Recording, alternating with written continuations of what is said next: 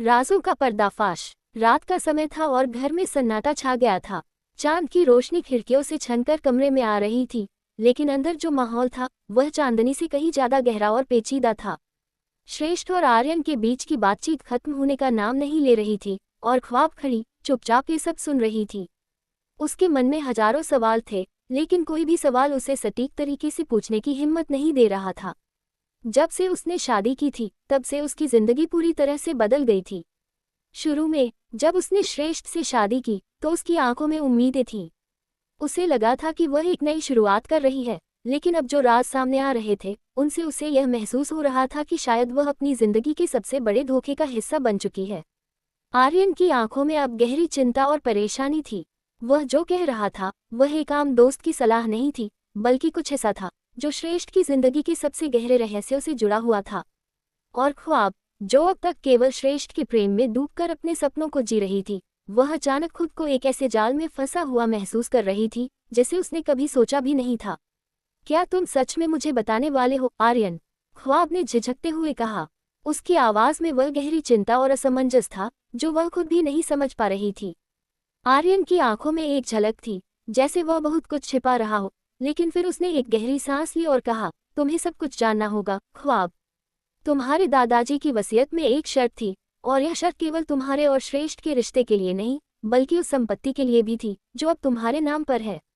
श्रेष्ठ ने चुपचाप एक घड़ी की ओर देखा, जैसे वह कोई सोच रहा हो। फिर उसने ख्वाब की ओर देखा और गहरी सांस लेते हुए बोला, हाँ, ये सच है, और अब तुम्हें जानने का हक है। मुझे ये सच तुम्हारे सामने रखना ही था। ख्वाब के दिल में हलचल मच गई थी। वह समझ नहीं पा रही थी कि यह सच है या फिर कुछ और। तुम्हारे दादाजी ने ऐसी शर्त क्यों रखी, श्रेष्ठ? तुम्हारी शादी का मेरे साथ क्या संबंध था? उसने पूछते हुए एक पल के लिए अपने आप को संभालने की कोशिश की।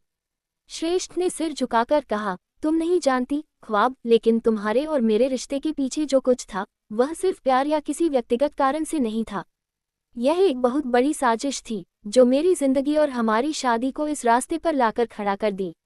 आर्यन ने आगे बढ़ते हुए कहा, तुमसे शादी करने के बाद श्रेष्ठ को सिर्फ संपत्ति नहीं मिली, बल्कि उसे अपने परिवार के सम्मान और प्रतिष्ठा को भी फिर से बनाना था। ये सब एक बड़ा खेल था जिसे उसके दादाजी ने पहले से ही तय कर लिया था। अब ख्वाब को पूरी तरह से समझ आ रहा था कि उसकी शादी सिर्फ एक साधारण शादी नहीं थी, बल्कि एक रणनीति का हिस्सा थी। उसकी आंखों में आंसू थे, लेकिन वह उन्हें रोकने की पूरी कोशिश कर रही थी। तो तुम मुझे सिर्फ एक संपत्ति के लिए शादी करने के लिए तैयार थे, श्रेष्ठ? उसकी आवाज में गहरी तकलीफ और चोट थी। श्रेष्ठ ने धीरे से कहा, नहीं ख्वाब, मैं तुम्हें सिर्फ एक संपत्ति के रूप में नहीं देखता था।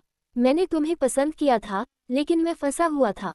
दादाजी की वसीयत में ये शर्त थी, और अगर मैं इसे न मानता तो सब कुछ मेरे हाथ से निकल जाता। आर्यन ने गहरी सांस ली और कहा, लेकिन ये सब अब तुम्हारी शादी तक ही सीमित नहीं है। ये पूरे परिवार की एक बड़ी साजिश का हिस्सा है, और इसके पीछे एक और बड़ा रहस्य छिपा हुआ है।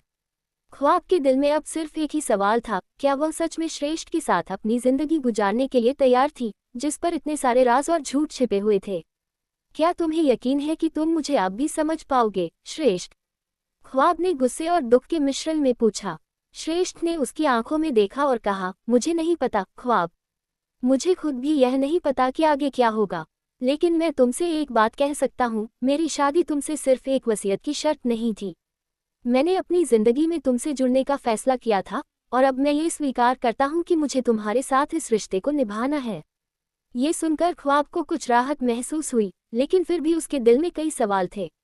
क्या ये सच था? क्या श्रेष्ठ ने अपनी गलती का एहसास किया था, या ये सिर्फ एक और झूठ था? फिर अचानक दरवाजे पर एक आवाज आई। कोई और था जो उनके इस गहरे बातचीत के बीच में आकर एक नया मोड़ लाना चाहता था। क्या तुम दोनों ने अपनी बात पूरी कर ली? वह आवाज बहुत परिचित थी। यह आर्यन का एक और दोस्त था जिसे श्रेष्ठ ने अपनी जिंदगी के राज में शामिल किया था। आर्यन ने गहरी सांस ली और कहा, हमें जल्द ही इसका हल निकालना होगा। सब कुछ अब एक चक्रव्यूह की तरह हो चुका है। हमें इसे समझने की जरूरत है, क्योंकि अगर हम इसे नहीं सुलझाते तो हमारी पूरी जिंदगी एक झूठ पर आधारित हो जाएगी। Yeah.